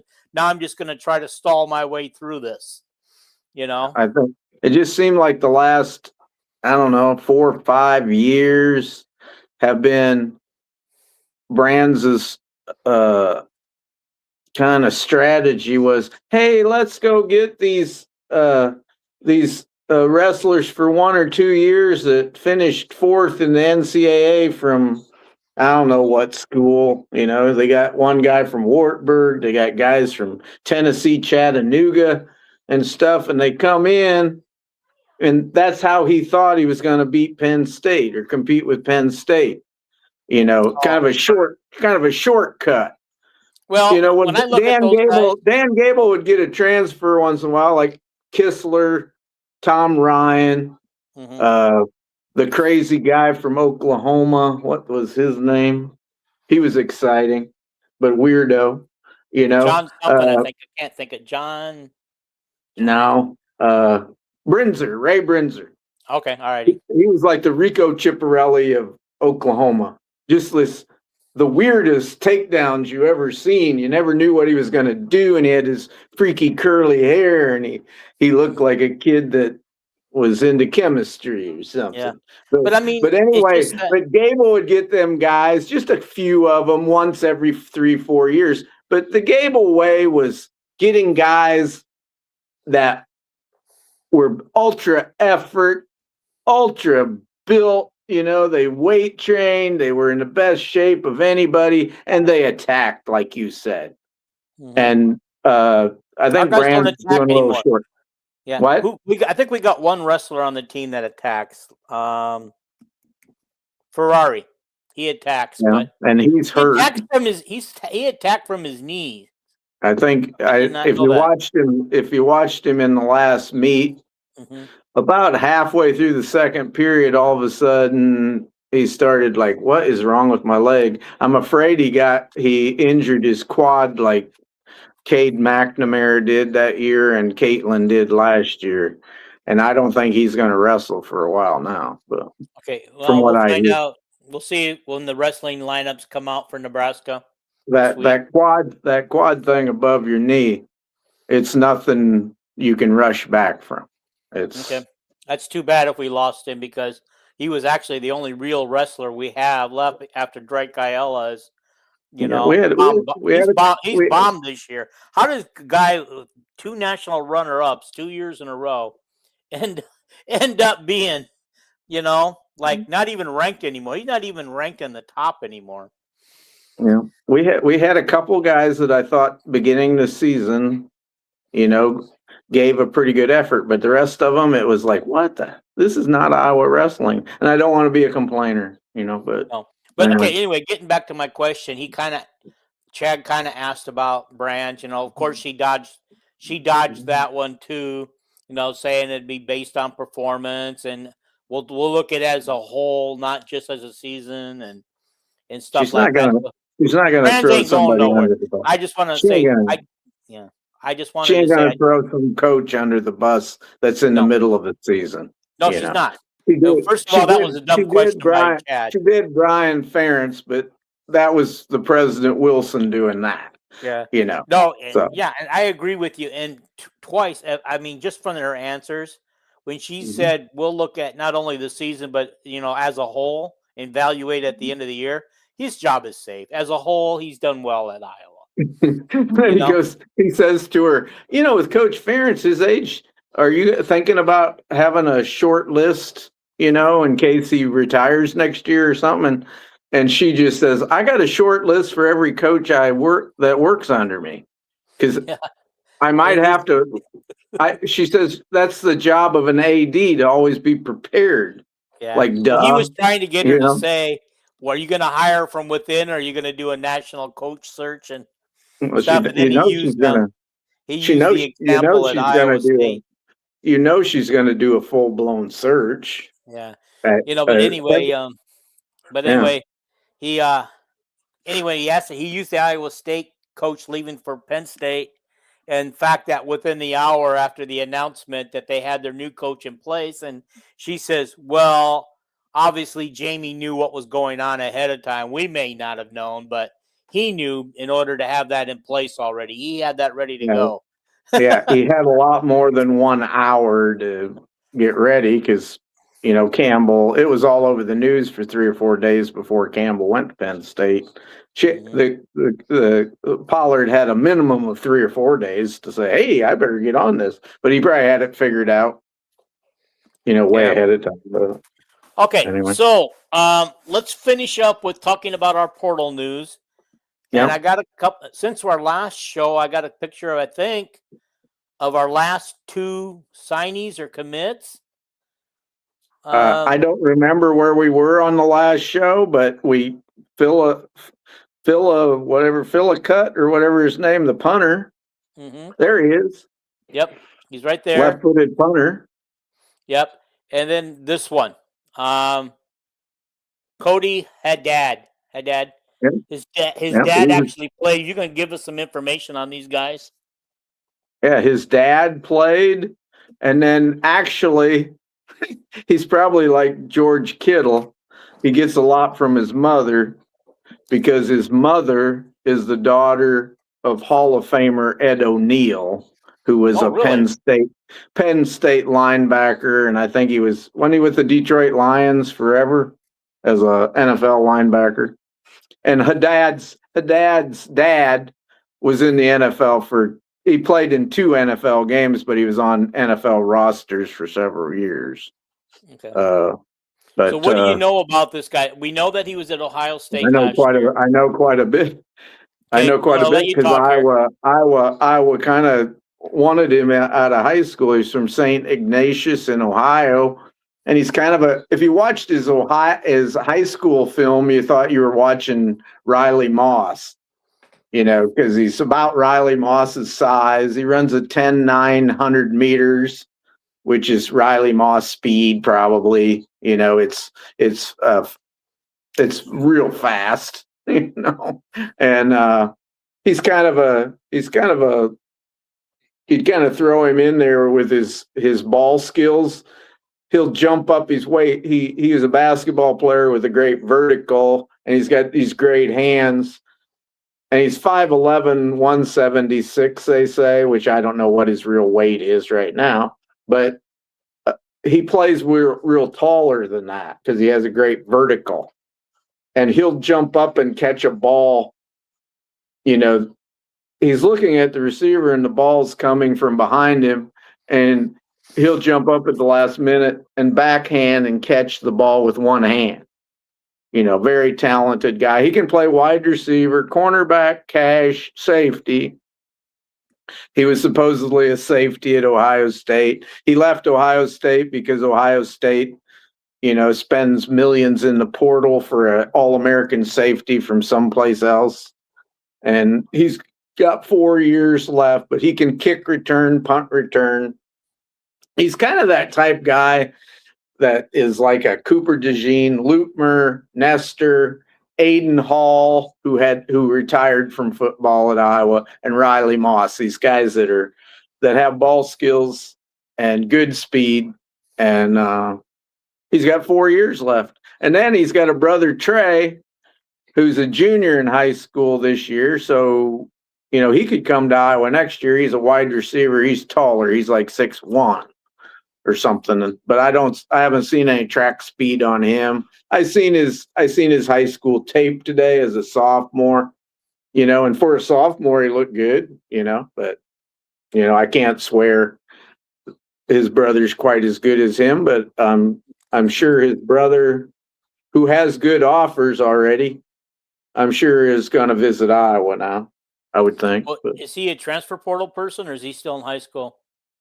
He's a junior in high school. Okay, got it. Younger brother. This kid here this was his first year. This was his first. He was like, this is his first. He's like Jimmy Sullivan. This was his first year in college this year. And of course, he did not play for Ohio State, so he's got 4 years left. The one that's great that committed today, and he could have made a lot more money. His visits were Tennessee, Nebraska, and Texas A&M, and then he come to Iowa. And I knew he was going to commit to Iowa. He did. Okay. He wanted to play. I think he wanted to play for Iowa. Because he knew that he had a chance at Iowa. They'd give him a shot, and we did not pay him anywhere. I'm not saying Texas A&M was offering him $500,000 or something, but I have no idea what these kids make. Yeah. But Cyhawk says Moss to Gene and now Haddad. There you go. Mm-hmm. There's your reason, because DeJean and Moss are making money in the NFL. Yeah. There's a reason to come when you're playing the same spot they did. It's like Iowa, officially all these media people will say, Iowa got 4 safeties in the portal, which is Hawkins, Styles, Brown, and this kid. But all 4 of them guys are guys that can play cornerback. They're not just safeties. The guy I know Jason really liked Hawkins. He's like 6'3". He's like a 6'3" version of Entringer, a great athlete. And then Brown, who's rated the highest, he isn't real tall. He's like 5'10", 190. He's got kind of a persona like he's no Bobby Sanders. Bobby Sanders was built like a brick crap house, but Brown is that type of guy, tough, and then the guy I like the best is Styles, who's also kind of tall, but he had a coverage grade in PFF of 90. And he reminds me of a tall Desmond King's only like 5'11". This guy is a couple inches, 2 or 3 inches tall, 3 inches taller, maybe 4 inches taller. But he covers just like Desmond King. I'm excited about Styles and other people that don't. The media probably thinks Styles is the poorest one of the bunch. But all four of them, so-called safeties, can play cornerback, cash, or safety. So Cyhawk said the DB room went from being a weakness to a strength. I would agree with that. And I was excited. Kyle Reimer says, let me get it real quick here. I could have sent a link for Kyle to come on tonight too. He's already good. Kyle says, Kevin Allen Fisher, how is that baby horse doing? I got 2 of them. Okay. They got one the 13th of January, and Lily had a filly the 13th of January, and then Callie, Callie had one. I seen her yesterday. She was 2 days old. She had it the 18th. So I got 2 filly colts. So very good ones. Very good ones, even though I'm not supposed to say anything about them. So. Okay, cool. Alrighty, let's talk about the punter that we got from Simpson. Yep. Let's talk about him. What do you know about him? 43-point-something yards a punt. He's left-footed, as you can see in the picture. Mm-hmm. I think he's a walk-on, which most kickers and punters are walk-ons. It's like Ozick, the kicker. I think he's a walk-on. Mm-hmm. He'll come in and compete with Burr, and this guy will compete with. I think we will get the Australian high school kid, and we'll probably no coach or nobody at Iowa is going to talk about him until he signs a letter of intent, because it's against the rules to even mention it unless he puts it out on public internet that, hey, I'm going to Iowa. But. Okay. And Kyle he says would probably get a scholarship to come from Australia, and he would come in and compete with this guy. Iowa people come in to compete. They don't say, "Oh, you're going to start," So Kyle says, very nice. I can come on next week. Okay, great. Got some scoop on Iowa football from Iowa football.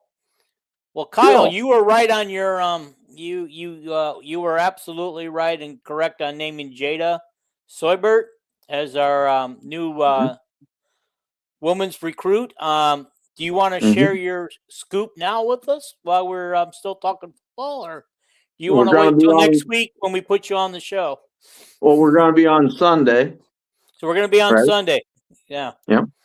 So we'll cover some of the women's game on Sunday. Mm-hmm. Is that all the guys you wanted to cover on the portal? Yeah. Okay. I wanted to go through the list. You sent me this list and wanted me to talk about it a little bit. Well, we have 15 guys, and we also got the high school long snapper, and I think we're going to get the high school punter. And I would presume that our scholarships are about all used up, but Kirk and Tyler Barnes would know. Nobody else would. How many, what our roster looks like right now. So I want to cover something else. I want to cover something else before we go off the air. So yeah, it sounds good. Give me just a second here. Yep. Kyle, it's on this Sunday at 7 p.m. Central, so you're welcome. Send me your information. I think did I have you on the show before? I can't remember. But send me your information. Yeah. He was on twice. But send me your information anyway, because I know I don't have it somewhere anymore. I Yep. forgot about. Mhm. Yeah, you can go on Hawkeye. Just message me on Messenger, Yeah. and give me your login information, and not login, but your information to send you an invite. So Mhm. just because I can't, you know Well, how my mind works. it's just like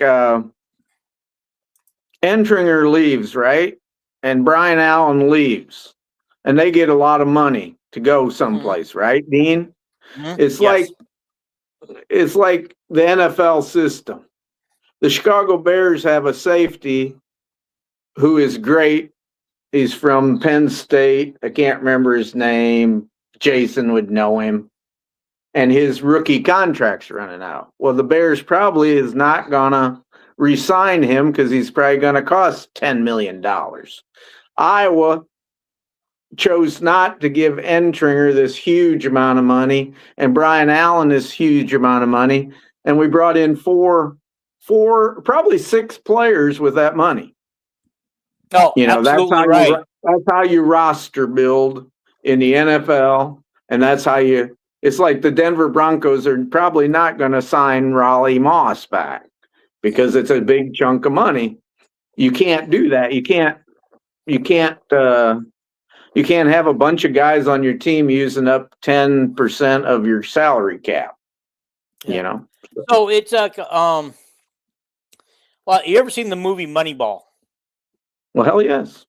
Okay, it's how Oakland Athletics built their team Mhm. by getting rid of all the big names, and but there was it was basically a computer, but they filled their roster with Cheap no guys. name people with lower money, and I believe they won the World Series that year or something like that. Well, they didn't, but they made it into the playoffs. You know. Okay, there we go. Yeah, okay. All right. One thing before you Mhm. people kind of been asking about where some of these people that left Iowa went. Okay.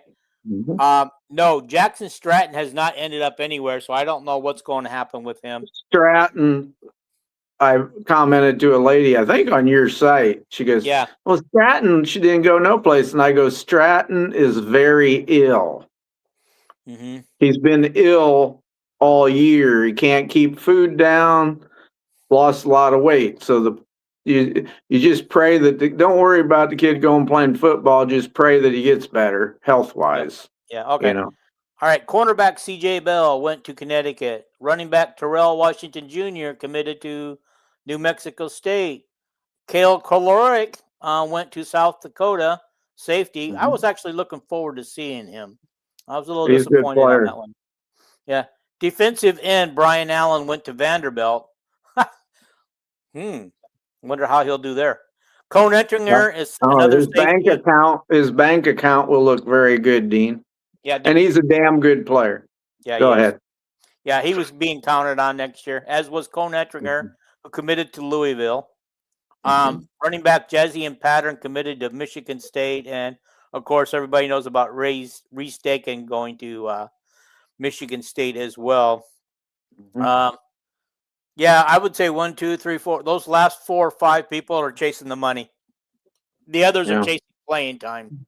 I'm getting a little I'm getting a little peeved. I'm not peeved that the two guys transferred to Michigan State, but Mhm. I'm a little bit peeved that the kids in high school in Iowa that LeVar was recruiting for us, that Michigan State wasn't interested at all. All of a sudden they're all getting offers from Michigan State, Well, you knew you that was know. going to happen. Everybody that LeVar Woods was on is now. You know, they're not gonna I'll guarantee you something, Dean.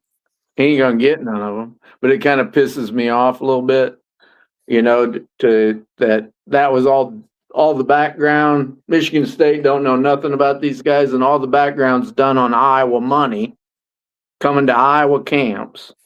You know, there's plenty of football players in the state of Michigan and Chicago.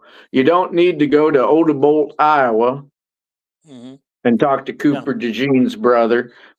You know, Right in that Detroit. just kind of miffs me a little bit. You know. Yeah, right in Detroit. They got a whole shitload full of them. There's plenty of schools. Southfield, Michigan. All the schools.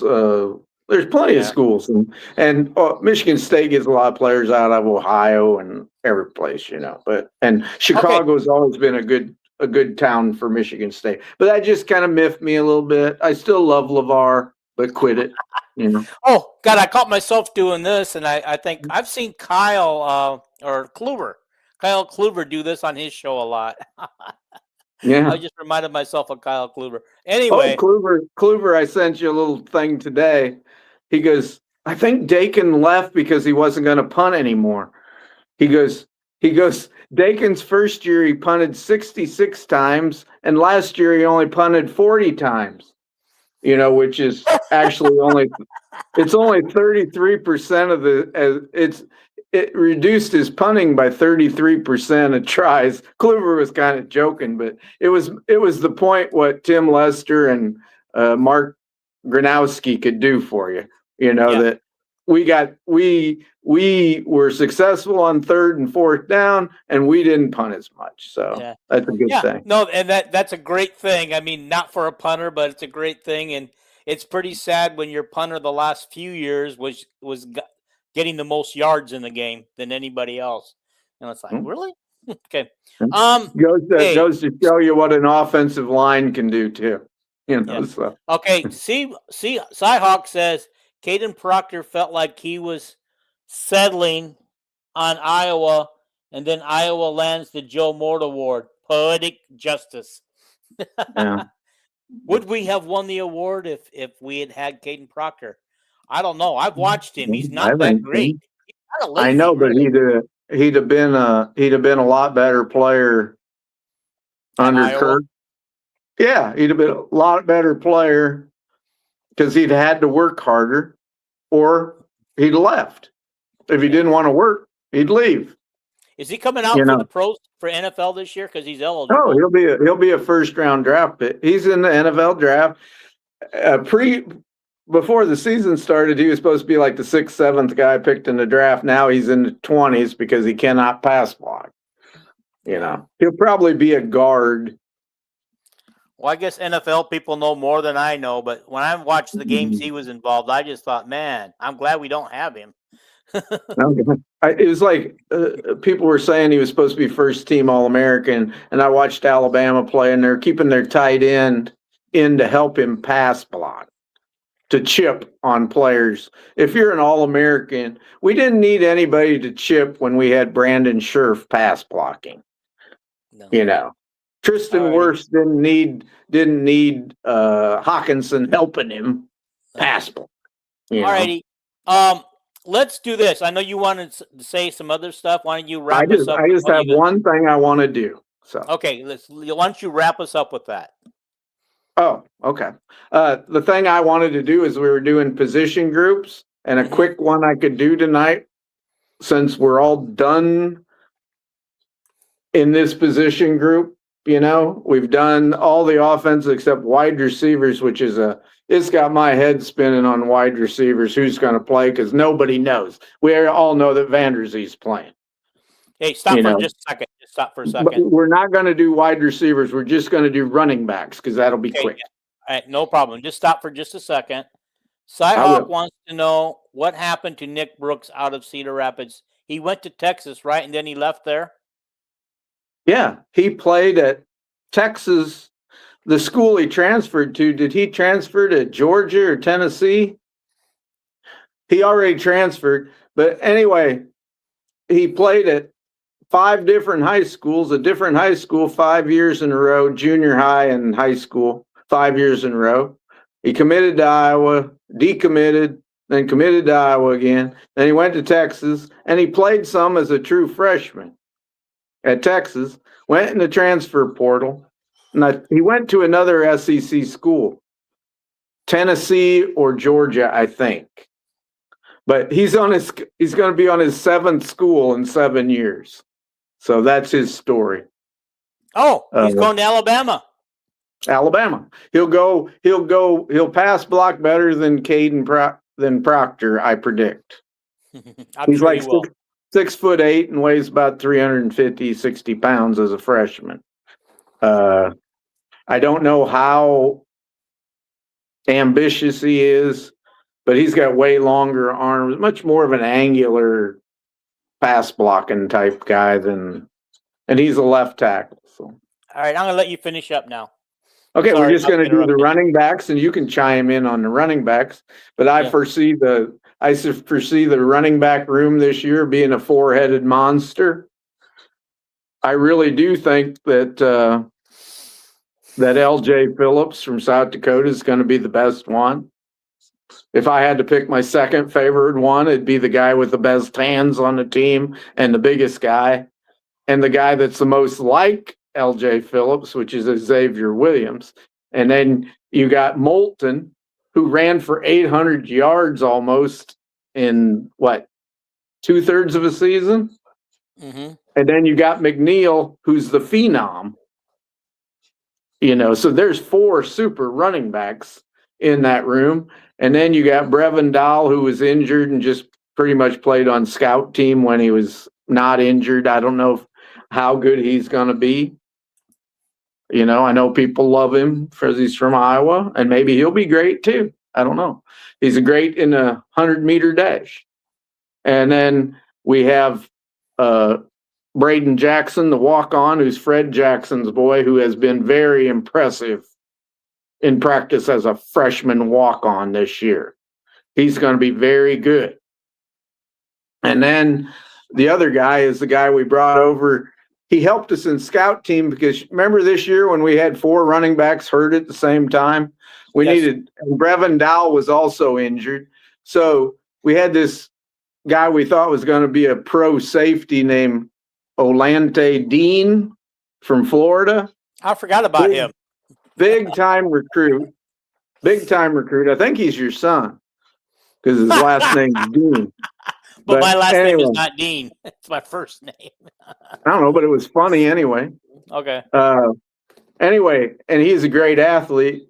So they needed somebody to mimic like the Oregon running backs and stuff on the scout team because they're out of running back. So they pulled him over, and he is so good that they just said, and they knew they were going to lose a couple guys in the portal, so they moved him to running back for the last month and a half of the season. And he's very good. It's like we have no worries in the running back room, Dean. It's pretty good. But Yeah. and Well, who would you think that the pecking order? Do you think they'll just stick with Moulton? He'll be number one to start, and then it'll be a battle. What do you think?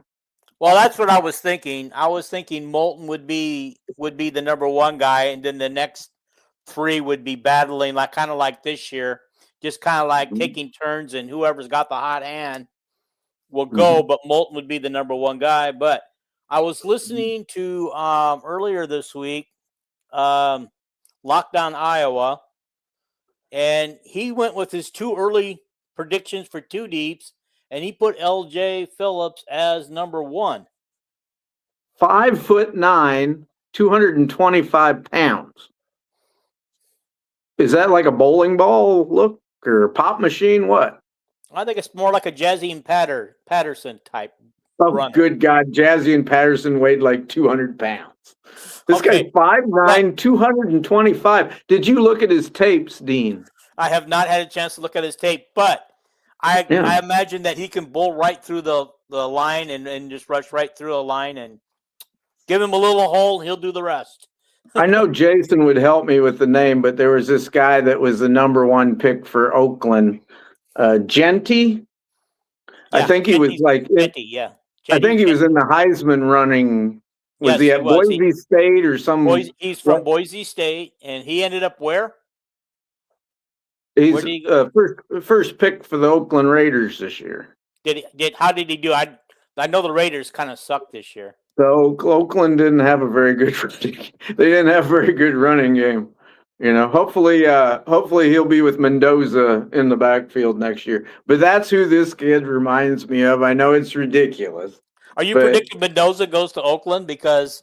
He'll be the first pick in the draft. Former quarterback of Oakland Raiders, or now Las Vegas Raiders, Derek Carr says that they shouldn't draft Mendoza. that Well, they should stick with the quarterback that they got. I think let's talk about Mendoza a little bit. Okay. He doesn't have this arm where he throws the balls 100 miles an hour and 70 yards downfield, but he throws the ball like Tom Brady, has more of a release like Dan Marino or something.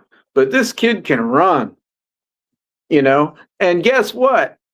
Before he got the chance to go play college football at California, wherever he went, he was going to go to Yale. The kid's brilliant. I think Tom Brady, who owns part of the Raiders now, they're going to ask him, should we draft him? And I think Tom Brady sees himself in that kid, except this kid's a better athlete. This kid didn't hardly ever make a mistake, did he, all year, Dean, except throwing in Loopmer's area? Wait a minute. It's yeah, that one's one mistake that we've seen this year. Brady's an owner of the Raiders, or part owner. Yeah. He owns like I don't know. I was gonna say 10%, but on the NFL Network and all these people that talk all the time, like Cowherd and everything, they say that Brady's actually going to be in the advising them on who to draft, specifically quarterbacks. And Brady is a very smart about, and he wants an unselfish person. And Mendoza is like Brady, very unselfish, very much. Why would he say publicly? Why would Brady say publicly that he doesn't think they should draft him, that they should stick with the quarterback they got? Why not draft him and let him sit a year? Brady didn't say that. You said I saw it on an article. No, it was that other quarterback that used to play for the Raiders. Oh yeah, Derek Carr said that, not Brady. Yeah, you're right. Derek Carr said that because Derek Carr is still a Vegas guy. If Brady drafts a quarterback for the Raiders, I don't know who their quarterback is, but Brady might tell them, "Hey, let him sit the first half of the year and learn." I don't know, but to me, he's a Yale guy. He's got a brain good enough to go to Yale. It ain't going to take him very long to figure out. Okay, so Mendoza to the Raiders, that's probably going to be the unsurprise of the year. Okay. All right, now Skyhawk says McNeil is possibly Wadley 2.0. Didn't you say that? I think he's Ronnie Harmon. The kid weighs more than Wadley ever did. When he came, the day he walked on the campus at Iowa, he weighed 205 pounds. Wadley never weighed 205 pounds in his dreams. Wadley come in at 170. And never gained weight. Wadley come in at 170, and Kirk tried to get him up, and he'd get up to 189. And then Wadley ate before he went to the NFL, ran for the pros. He did weigh in at 202, but he ate so much it slowed him way down on his 40-yard dash. So it didn't help. It did not help him. He is not Wadley. He's very nimble like Wadley as far as a running style. But to me, he's Ronnie Harmon. I mean, he broke the 20-yard dash record for a running back at Iowa, already. And Xavier Williams is the fastest one otherwise for 10 yards. But okay.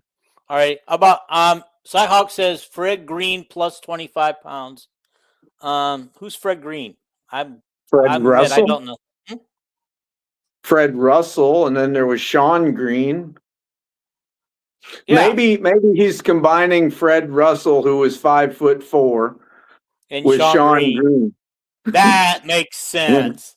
The washed-up walk-on said that L.J. Phillips is Sean Green, except a little faster than Sean Green. I would take that. Was their comparison. If they said that, I would take comparison. That.